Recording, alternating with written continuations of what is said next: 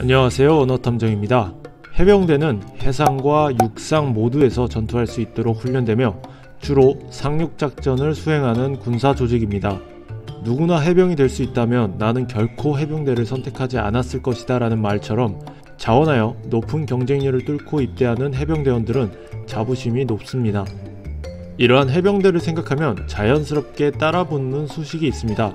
바로 귀신 잡는 해병대라는 말입니다. 어째서 해병대는 귀신 잡는 이라는 수식어를 붙이게 되었을까요? 이 유래는 한국전쟁에서 대한민국 해병대의 활약을 지켜본 한 사람으로부터 유래되었습니다. 오늘은 귀신 잡는 해병대의 유래에 대해 살펴보도록 하겠습니다. 1950년 6월 25일 오전 4시 조선민주주의 인민공화국의 급습으로 인한 포화 소리로 6.25 전쟁이 시작되었습니다. 당시 대한민국과 공식 동맹을 맺지 않았던 미국은 이 충돌에 직접적으로 뛰어들어야 할 의무는 없었습니다.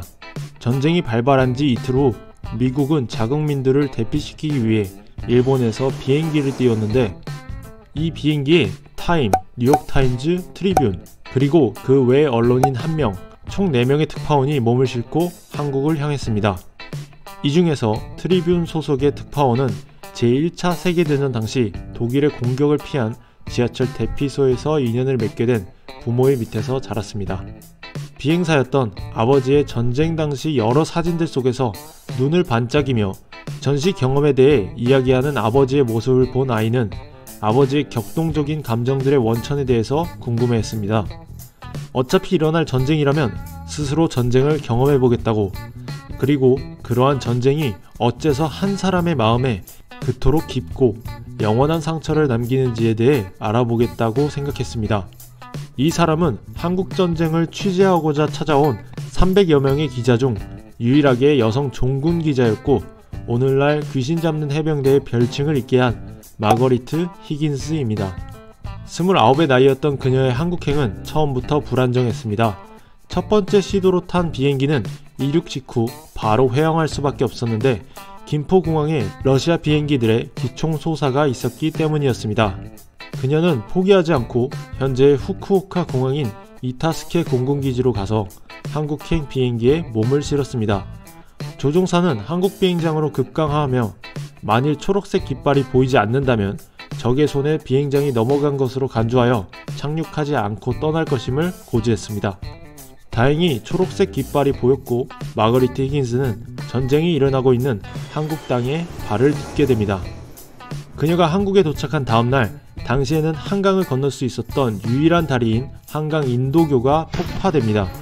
피난민들과 함께 나룻배를 타고 한강을 건너며 취재했고 서울 함락을 비롯한 전쟁 상황과 참사들이 세계로 알려졌습니다. 전쟁 상황을 취재하고 기사를 쓰는 것만으로도 벅찼을 생활에 마거리트는 또 하나의 전쟁을 치러야 했습니다. 트리뷴은 탈출한 기자의 눈으로 본 서울의 함락이라는 제목으로 대서특필하며 마거리트가 이 사건을 직접 목격한 것에 기뻐했지만 그녀보다 경험이 있고 연륜이 있던 호머 바이가트를 그녀에게 사전고지 없이 교체해버렸습니다. 직접 전쟁을 취재하고 싶었던 마거리트는 이를 불공정하다고 여기며 남겠다고 했지만 다시 도쿄로 떠나지 않는다면 해고될 것이라는 말을 듣게 됩니다. 뿐만 아니라 여자들이 전선주위에서 뛰어다닐 만한 전쟁이 아니라며 제8군 사령관이자 주한미군 수장이었던 워커 중장의 명령으로 그녀는 한국에서 떠나야 할 처지에 놓였습니다.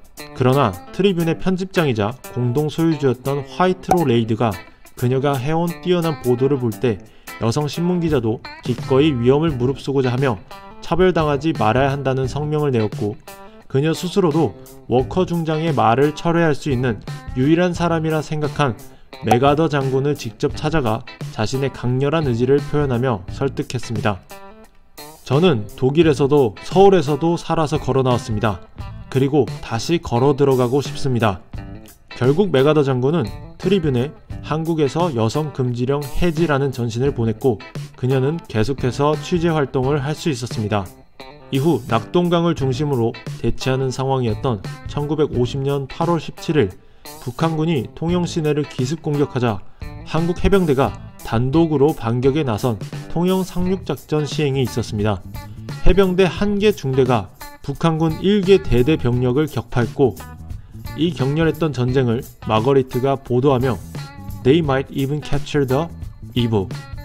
그들은 마치 귀신도 잡을 수 있을 것 같았다 라고 보도하면서 해병대의 현재 수식어가 붙게 되었습니다. 그녀는 그 이후로도 자신의 승선을 막는 군인에게 함정에 갑판에서 자겠다며 올라타 인천 상륙작전을 현장에서 보는 등 6개월간 종군기자의 역할을 충실히 이행했습니다. 이후 생생한 한국전쟁의 상황을 기록한 자유를 위한 희생이라는 책을 쓰며 1951년 여성 최초로 퓰리처상을 수상했습니다. 그리고 그녀는 베트남 전쟁에서 또다시 취재를 하다가 모래파리에 물려 레슈마니아증이라는 병으로 1966년 45세의 이른 나이에 생을 마감했습니다. 그녀 스스로는 총에 맞을까봐 걱정해서는 결코 기사를 따낼 수 없다. 위험한 것이 뉴스고 뉴스를 찾는 일이 내 직업이다 라고 말했으며 퓰리처상 위원회는 히긴스 기자가 최전선에서 보도한 기사는 높은 진취력과 용기를 보여준다. 여성으로서 특별한 위험과 무릅쓴 점을 높이 평가한다라고 그녀를 표현했습니다.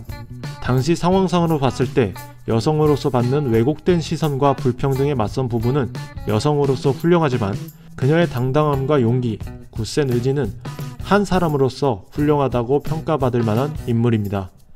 오늘의 컨텐츠는 여기까지 하도록 하겠습니다. 시청해주셔서 감사합니다.